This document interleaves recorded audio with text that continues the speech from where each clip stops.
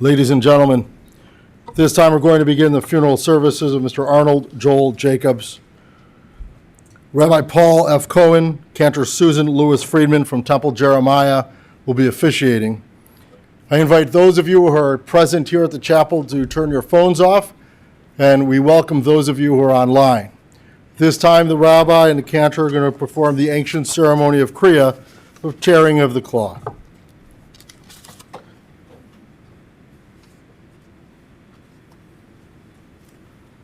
I could ask the family to please rise.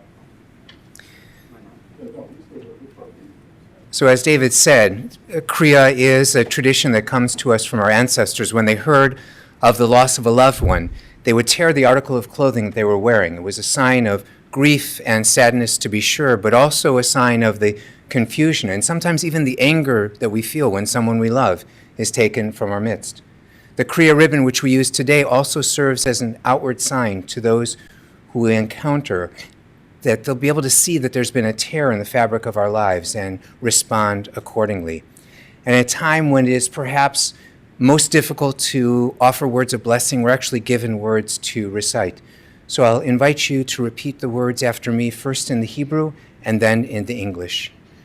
Baruch atah Adonai Eloheinu Melech haolam Dayan ha'emet. Blessed are you, God, ruler of the universe, the judge of truth.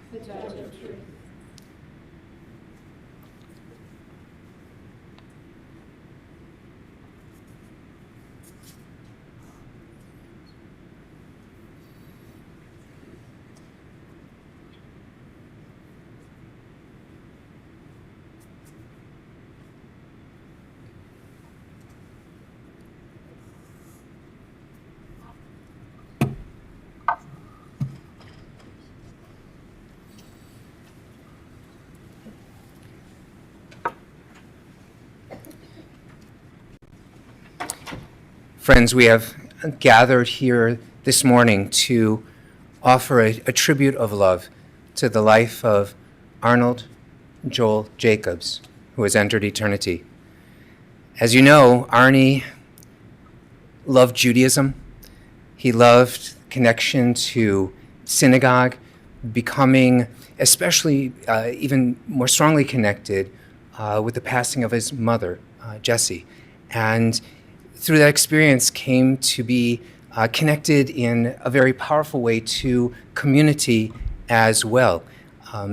At Niles Township Synagogue with Rabbi Brief and Cantor Schuster, very dear friends, and Rabbi Brief could not be here this morning with all of us.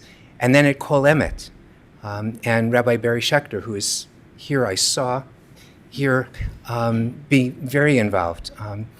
It's as a rabbi, it is always so meaningful to find volunteer leadership with whom to partner, and it's also sometimes a challenge. It is a huge commitment to volunteer at a congregation, to become president of not one but two congregations, and not just for one term but for multiple terms. Arnie, when something was needed, he stepped in. That's simply the way he lived his life. And so we honor this memory of a man who is devoted to his family, absolutely, to his brother, to his parents, to Elayne and to her family, to his sons, to Michael and to Marc and to Daniel, and just becoming, understanding that there was so much blessing to be had as Michael brought Jackie into the family, Marc brought Vanessa into the family, and as Danny brought Rob into the family. It grew, and then the grandchildren. Every other relationship was second to the relationship with their grandchildren. Such a doting Saba, right, to each and every one of you. And so as we continue this tribute of love, we do so with the words of the psalmist, Esainai el heharim, I lift up my eyes to the heavens, from where cometh my help? From God, with us in times of joy and in times of sorrow. lending us support and strength.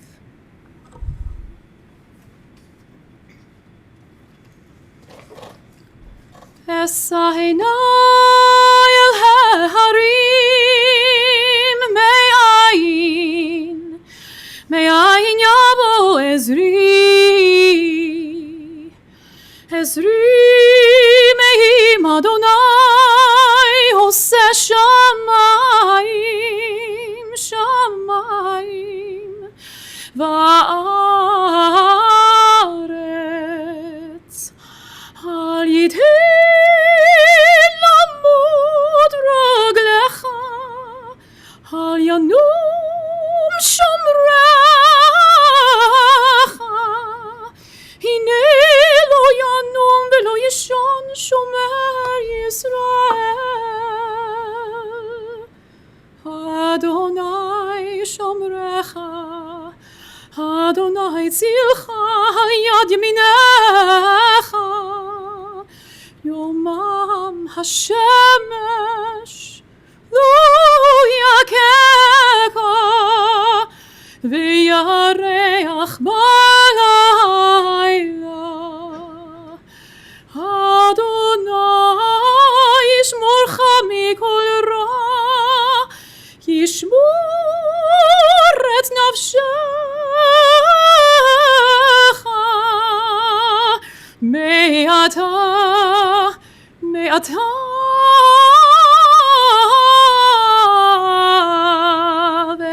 עולם.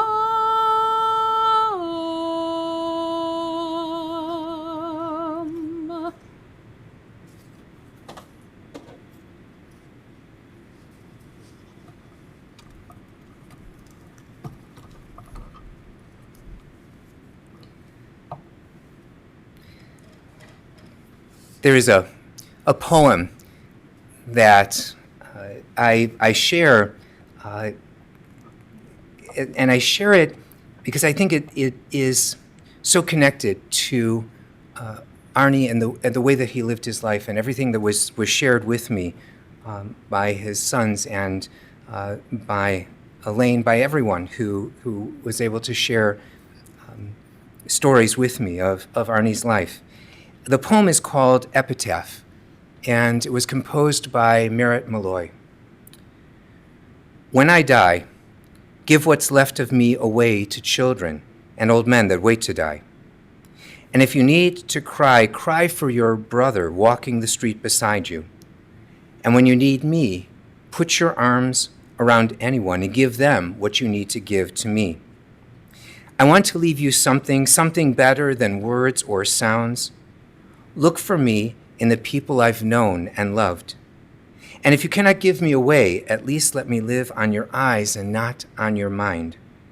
You can love me most by letting hands touch hands, by letting bodies touch bodies, and by letting go of children who need to be free. Love doesn't die. People do. So when all that's left of me is love, give me away.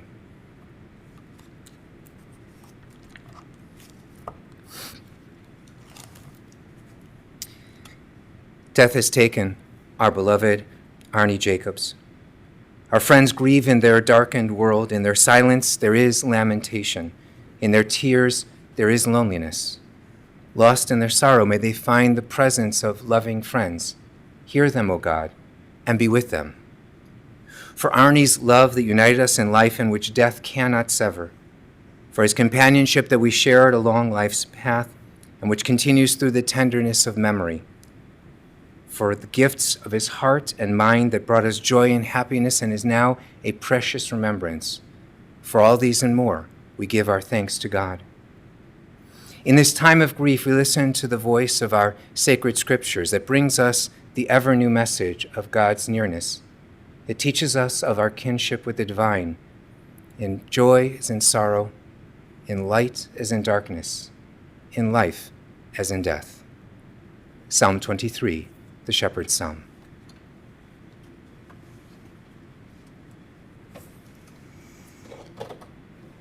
Adonai roi lo echzar binot deshe תרביצני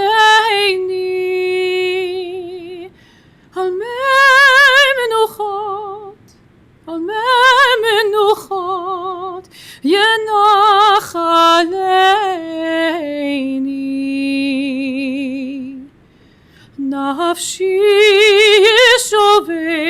ישובב ינחני במעגלי צדק למען שמו גם כי אלך בגצל מוות לא אירא רע כי אתה עמדי שבטך ומשענתך המה ינחמוני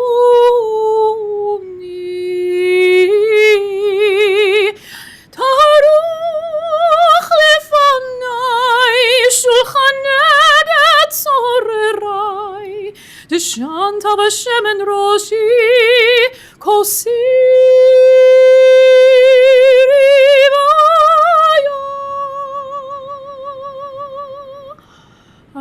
אך טוב וחסד ירדפוני כל ימי חיי תשבתי בבית אדוני לאורך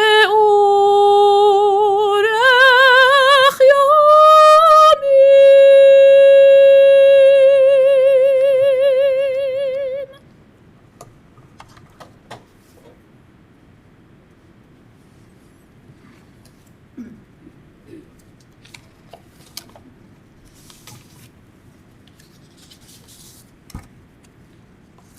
In the pamphlet you received here at the chapel, in the inside cover, you'll find the translation to the 23rd Psalm. And I invite you, if you'd like, to join with me. The Lord is my shepherd, I shall not want. He maketh me to lie down in green pastures. He leadeth me beside the still waters. He restoreth my soul. He leadeth me in the paths of righteousness for his name's sake.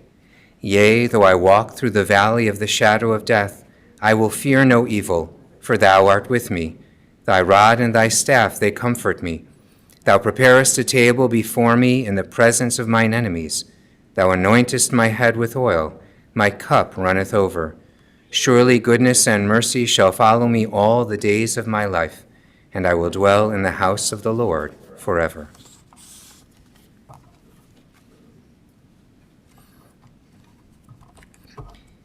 In his sorrow, Job cried out, Adonai natan v'Adonai lekach, Yehi shem Adonai mevorach. God has given and God has taken away. Blessed be the name of God.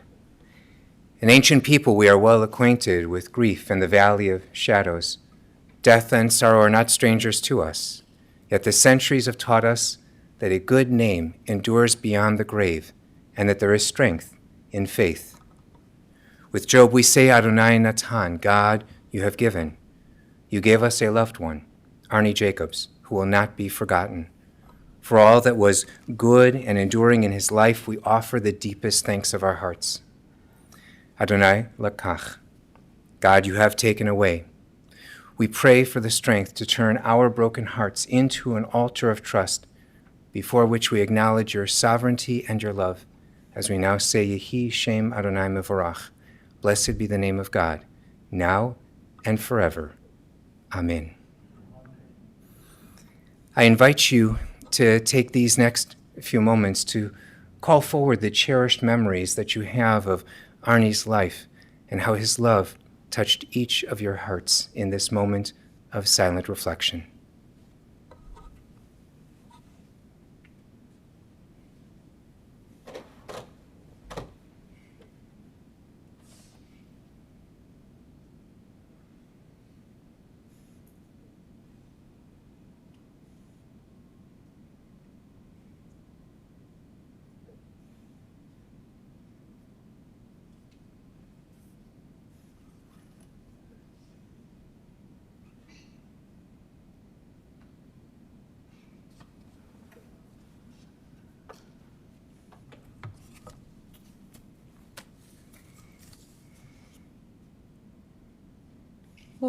עושה שלום במרומיו,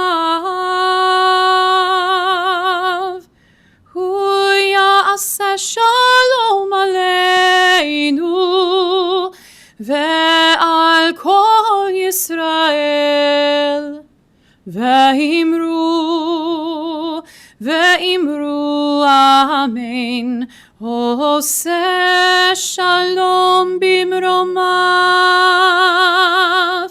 הוא יעשה שלום עלינו ועל כל ישראל, ואמרו אמן.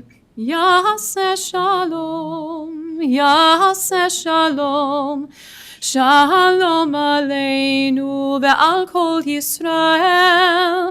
יעשה שלום, יעשה שלום, שלום עלינו ועל כל ישראל. יעשה שלום, יעשה שלום, שלום עלינו ועל כל ישראל. יעשה שלום, יעשה שלום, שלום עלינו ועל כל ישראל. יעשה שלום, יעשה שלום, שלום עלינו ועל כל ישראל.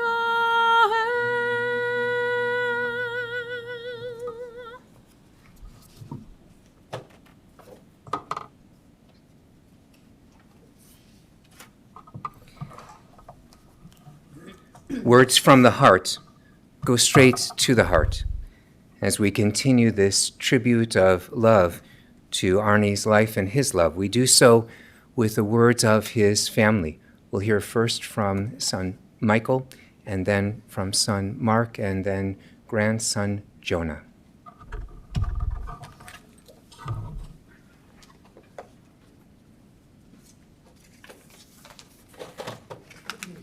Thank you, Rabbi. Thank you.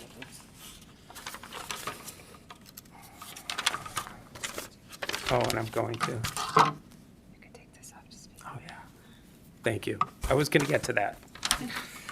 Good morning, everyone. Thank you all for being here. My father was my role model and very much the type of person who taught me by example. Whether I learned from his successes or learned from his mistakes, his life lessons molded me, and I imagine my brothers as well, into the people we are. Much of what you'll hear from my father and how he touched the lives of those around him will be from Rabbi Cohen. But I want to take a moment to talk about something I learned from my father that I value very much, and that is perspective. For those of you who didn't know my father personally, he was a very smart person. In addition to being smart, he was also wise.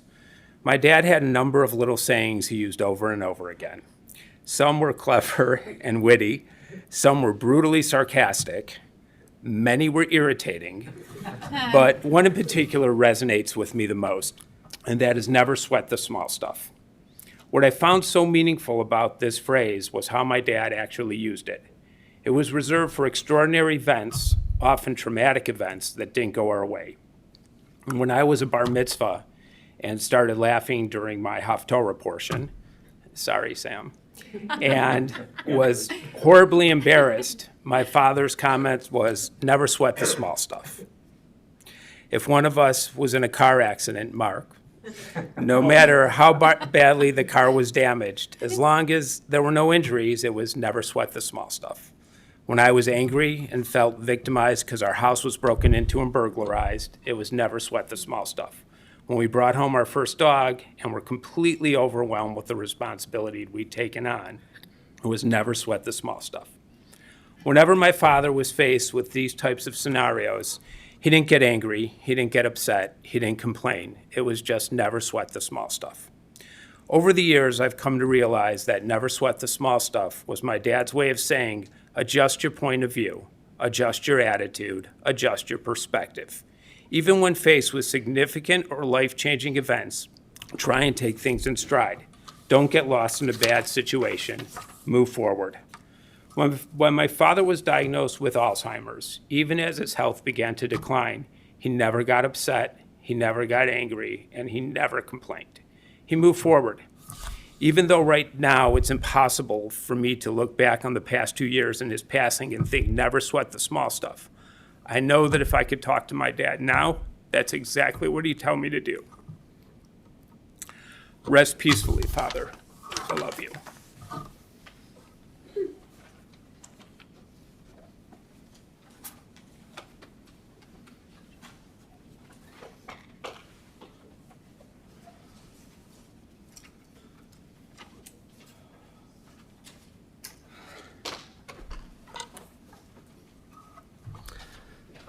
I'm going to continue where Michael left off.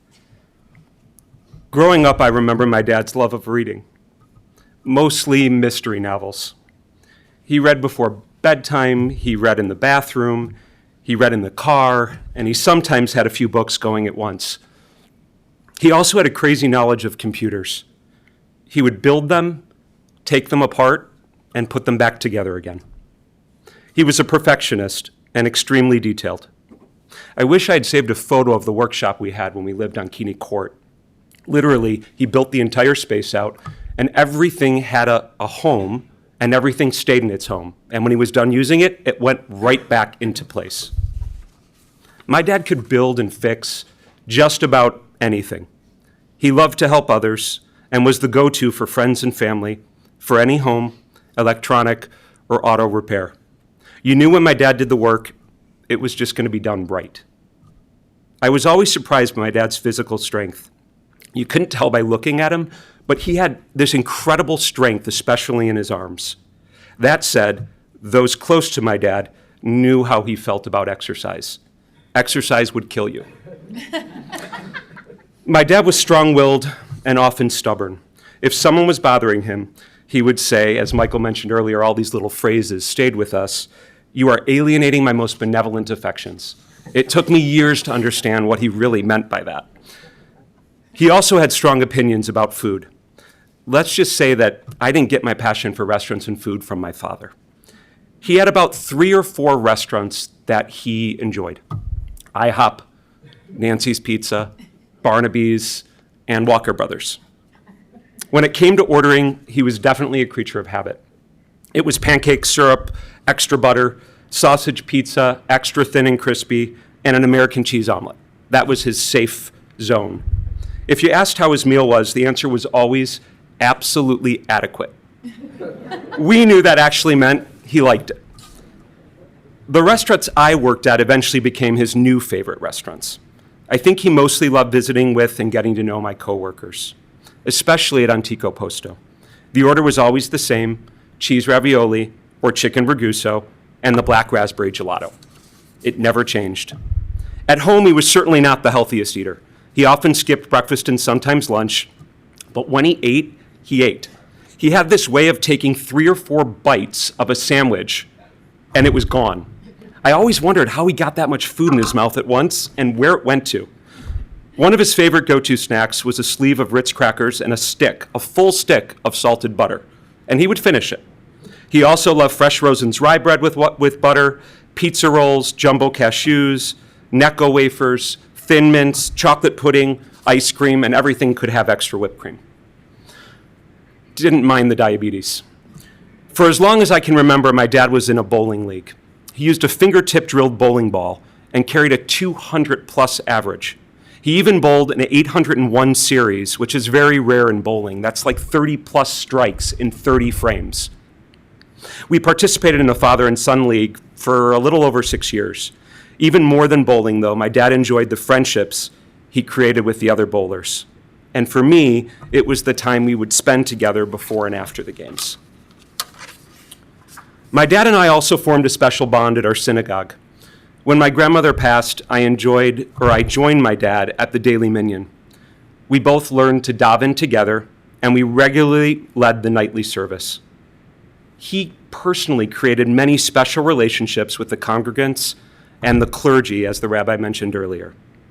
My dad just loved talking with people. He would talk to anyone that would listen to him. He'd often start with one of his not-so-funny one-liners, but more than that, he was a great listener. He genuinely cared for people, loved to give, and just liked to help. My dad lived for his grandchildren. From special car trips to farms, zoos and museums, to school lunch pickups and sleepovers, he never missed a special occasion, performance, birthday party, or celebration. In the past few months and weeks, I created many more loving memories with my dad.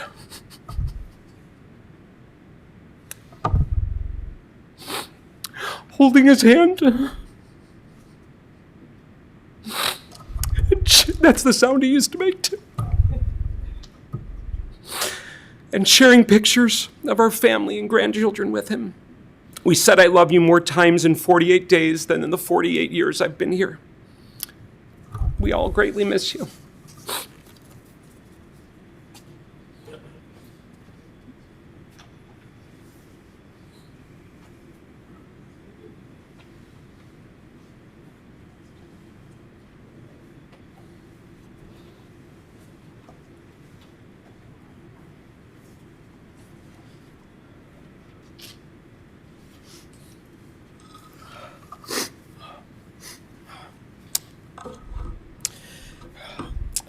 Hi, everybody. Thank you so much for attending my grandfather's funeral. I wanted to just share a few words and memories about my Saba. To Saba, I, along with my siblings and cousins, went by many names. From time to time, I was Jonah, then Jones, then Clyde, then Muttley or Dudley. I never really figured out which one was me or Noah. And then my favorite was my number one grandson. Whether it was as Jones or Clyde, I would not be the person I am today without Saba. For most of my life, he was one of the smartest, most intelligent people I had ever known. As soon as I started taking accelerated math class in 6th grade, Saba always helped me with my homework every single Sunday at dinner. The two of us continued to conquer every mathematics discipline, from 8th grade geometry, from the highest level of high school AP calculus, until I realized I did not inherit his mathematical genius and stuck to liberal arts throughout college. Thankfully, Saba's childhood tutelage extended beyond numbers when he showed me how to build puzzles and Legos. The former became indispensable to my quarantine experience, and the latter was my obsession until I reached middle school. Sleepovers at Mama and Saba's house were my favorite weekend activity. Saba would drag around his number one grandson across Target, Toys R Us, and Walmart to scour for the perfect Lego to build when I got home, because he knew that I only wanted to play with Uncle Dandy's Transformer action figures at their house. After a Golden Brick Sunday at Elwood's, we would go home, and Saba would sneak me downstairs to my dad's old bedroom so I could watch Return of the Jedi after Mama fell asleep. This was just one of my favorite childhood memories that will stick with me forever. For his next trick, and as my dad and Uncle Marc alluded to, there were always next tricks, Saba took me and my siblings to his favorite restaurants, some of the best dining Chicago has to offer. From Cappy's to Nancy's to Bob Chin's to Eggshell Cafe, Saba taught his grandchildren the incredibly valuable life lesson to always order extra whipped cream on the side, no matter what you ordered. Saba, I am so incredibly blessed and grateful to be the first grandson of your first son. I will strive to further the legacy of firstborn Jacob's men, even if it means that my son gets the classic Jacob's ears. My first step in doing so is through proudly wearing your high necklace. I cannot think of a better daily reminder of our memories together, your connection to Judaism, and your legacy as a synagogue president, brilliant professor and dean, master craftsman, pre-professional bowler, mystery novel enthusiast, and the most loving husband, father, and grandfather. I hope heaven greets you with endless cinnamon apple crepes and rainbow paisley colored sweaters. I'll always love you, Saba. Thank you.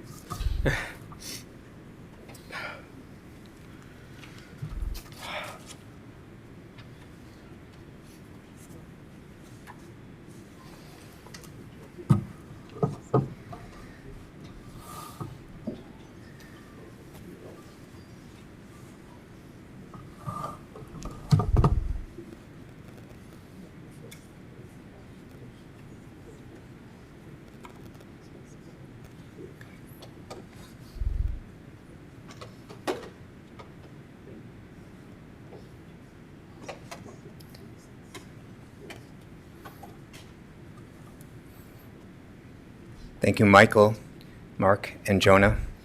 Those powerful words. Thank you. I was thinking about some of the things that I learned about Arnie that I didn't know before, and his ability to fix practically anything. And I think he would get an extra kick out of the fact that just before we began the service, the stream spot went down. And for no apparent reason, so that's why we have this secondary rig so that it could continue to be. But I'm sure if Arnie was here, he would have just taken apart the system, put it back together, figured out what was wrong, and we wouldn't have had to rely on a secondary system.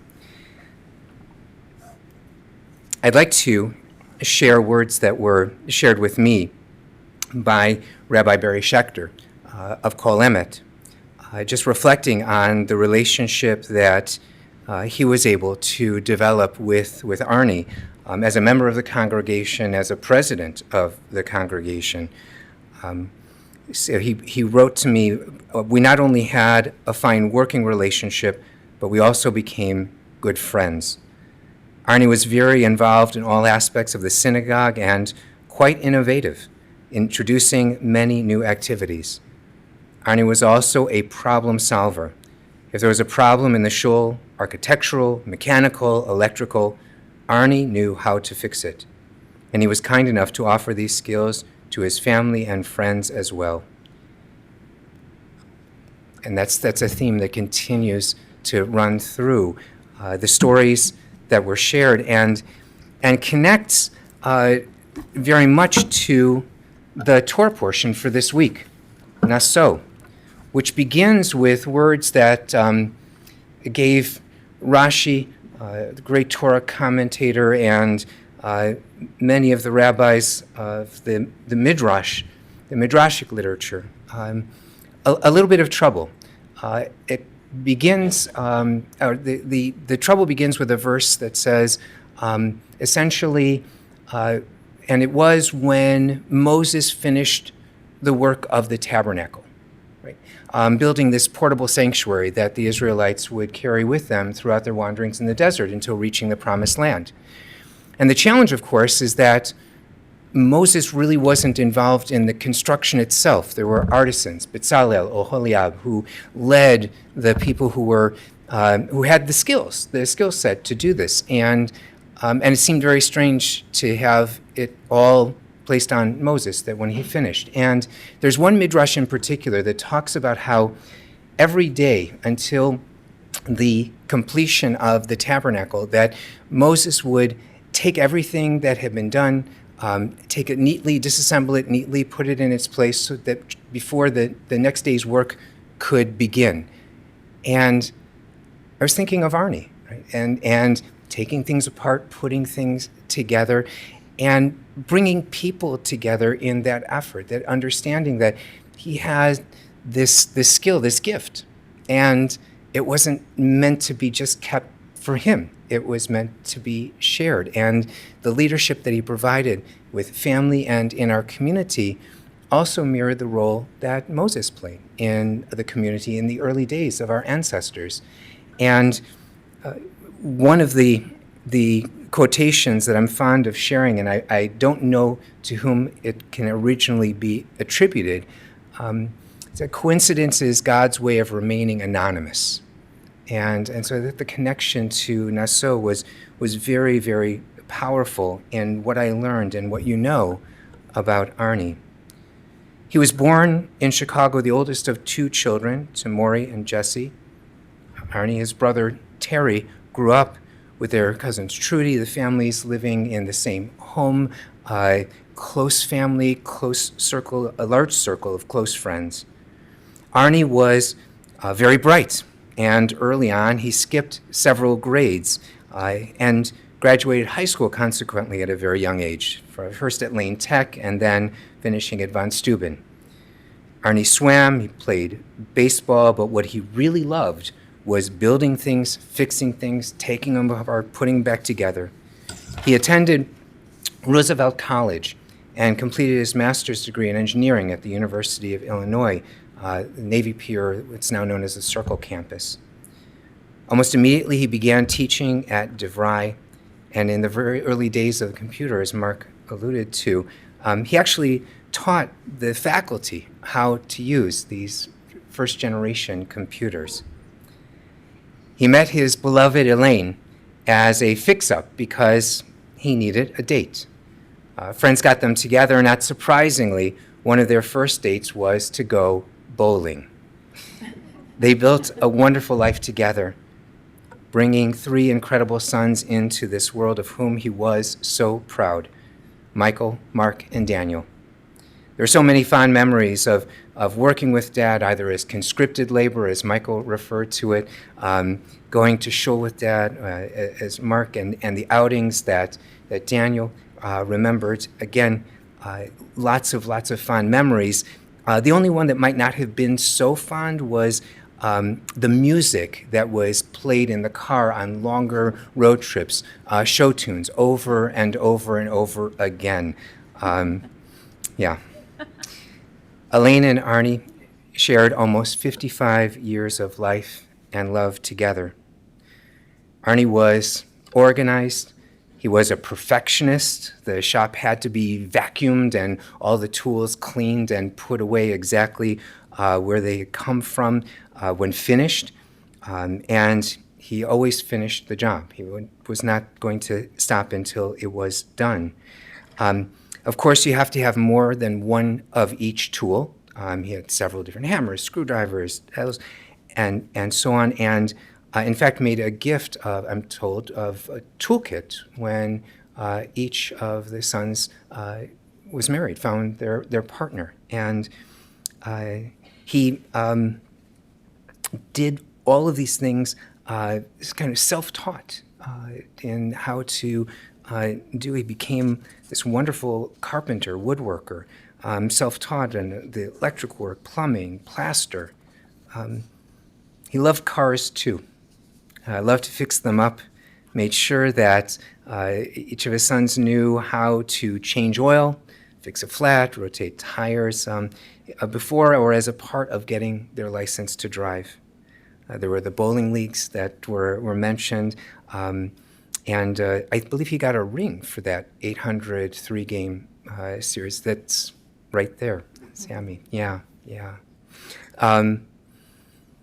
was very social. As you've heard, he loved talking to people, listening, made friends everywhere. Elayne said everywhere we went, we had friends, and it was just so wonderful. He had a big heart, room for everyone. People were people to Arnie. There were no barriers. Everyone was accepted, never offering a disparaging word, slow to anger, and did not hold a grudge. It was funny and quite witty and bordering on sarcastic sometimes, is what I hear. Yeah, some would say. Arnie was so proud of his sons and welcomed with open arms the love that each of them found in their lives. Michael with his Jackie, Marc with his Vanessa, and Daniel with his Rob. He didn't judge. He welcomed everyone with open arms, and it was something that Michael and Marc and Daniel all pointed out, just the love. And I got a chance to speak with Vanessa about her experience of being accepted for who she was and supported in every way. And Jackie, I had a chance to talk with you as well, and you talked about how he helped strengthen through understanding change is a part of life. That's the dynamism. It's inevitable, and it's a good thing as well. Judaism and synagogue were so important to him, as you know. The daily minyan, regular Shabbat worship, active in the social life of the synagogues with Elayne, was a volunteer leader. He was generous, always doing for others. I heard countless stories of rides to doctor's appointments and around to do shopping, fixing and building. Michael, Marc, and Daniel all talked about looking around their homes and seeing Arnie's work, which you will continue to be able to see. Daniel and Rob had lists prepared that Arnie would ask for to-do projects around their home in San Francisco. Marc shared that he would volunteer and lead services at the high holidays at nursing homes, and it's something the two of you shared, and that he was 24/7 with his service calls from family and friends for whatever needed to be fixed, usually a television set, but everything else as well. Going out to dinner, no one else could pick up the check. That was for him. He was a caretaker and a caregiver. Elayne said he was there to help others. There were two stops often when he would go out to shop. The first was to the hardware store, and the second would be to the library, because as you've heard, he was always reading. He loved working in the garden as well. Elayne shared that he took care of the outside and that she took care of the inside. And as Michael shared, that he said, don't sweat the small stuff, because in reality it was all small stuff. Again, the perspective was very, very powerful, and that things could be fixed, things could be repaired. At some point, and it's not exactly clear when this happened, Arnie went from monochrome to color. He was often known as Mr. Skittles, or the box of Skittles, for the colors that he took on. Unfortunately, apparently, he had a horrible fashion sense. So colorful, yes. Matching up, not so much. He was very memorable. He loved color, and he also loved things that were colorful. Michael shared the pro wrestling was something that he enjoyed very much, watching it on TV with his sons. It was a regular occurrence. He loved being Saba. He loved being a grandfather, and that was such an important part of his life, to Jonah, to Noah, to Jordyn, Samantha, Alexandra, Gabriel. You were the light of his life in these years. He went to every event, and his job as a Saba was to spoil his grandchildren, and to do for them and to give. And there's so many wonderful memories that were shared, some of which Jonah shared, which all are shared by his grandchildren. Outings with each of them, sharing his love of trains with them. Thomas the Train was a feature as well. And before Arnie passed, he received a phone call from all of his grandchildren, and from Danny, and having family around. And it was when he heard from the last of his immediate family that he was able to and let go.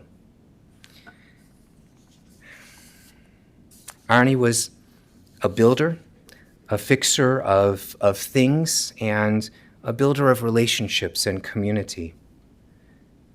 Beloved son and brother, husband to Elayne, father to Michael and his Jackie, Marc and his Vanessa, Daniel and his Rob, grandfather, Saba of Jonah, Noah, Jordyn, Samantha, Alexandra, and Gabriel. May this loving man, this loving member of our family, member of our community, a true leader, and one who left a lasting mark, always be for a blessing. And to that, let us say, Amen.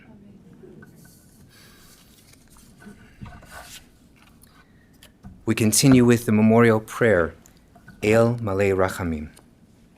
Please rise.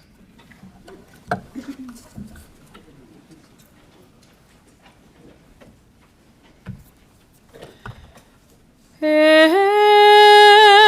Malei Rachamim,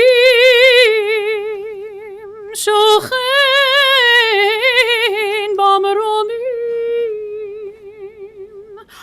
Hametzim Menucha Nechona Tachat Kanfi Hashchina, Im Kedoshim U'Tochorim Kezol Harakim Asirim, Et Nishmat עד אהרון יהושע שהלך לעולמו. בעל הרחמים יסתירי בסתר כנפיו לעולמים. בצרור בצרור החיים את נשמתו. אדוני הוא נחלתו וינוח בשלום במשכבו ונאמר אמן.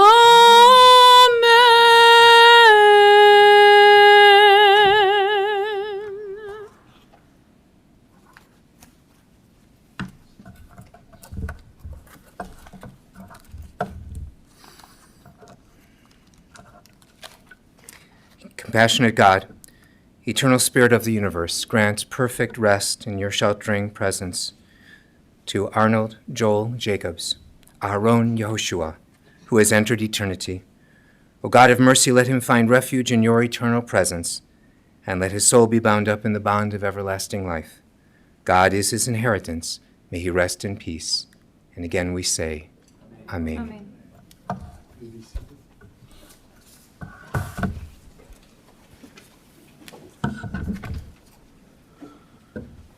Ladies and gentlemen, the interment service is private for family only, and that'll be at Shalom Memorial Park Cemetery.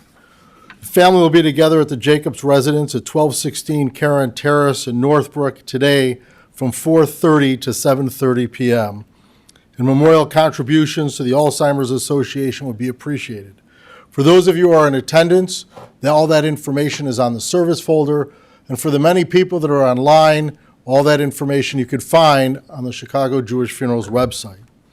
At this time, I invite everyone to please rise and stand in place as we call Arnold's grandchildren to serve as pallbearers, and as we escort his casket and his family from the chapel.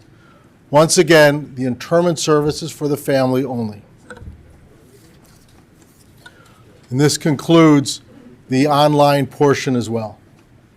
Thank you for your attendance. Grandchildren?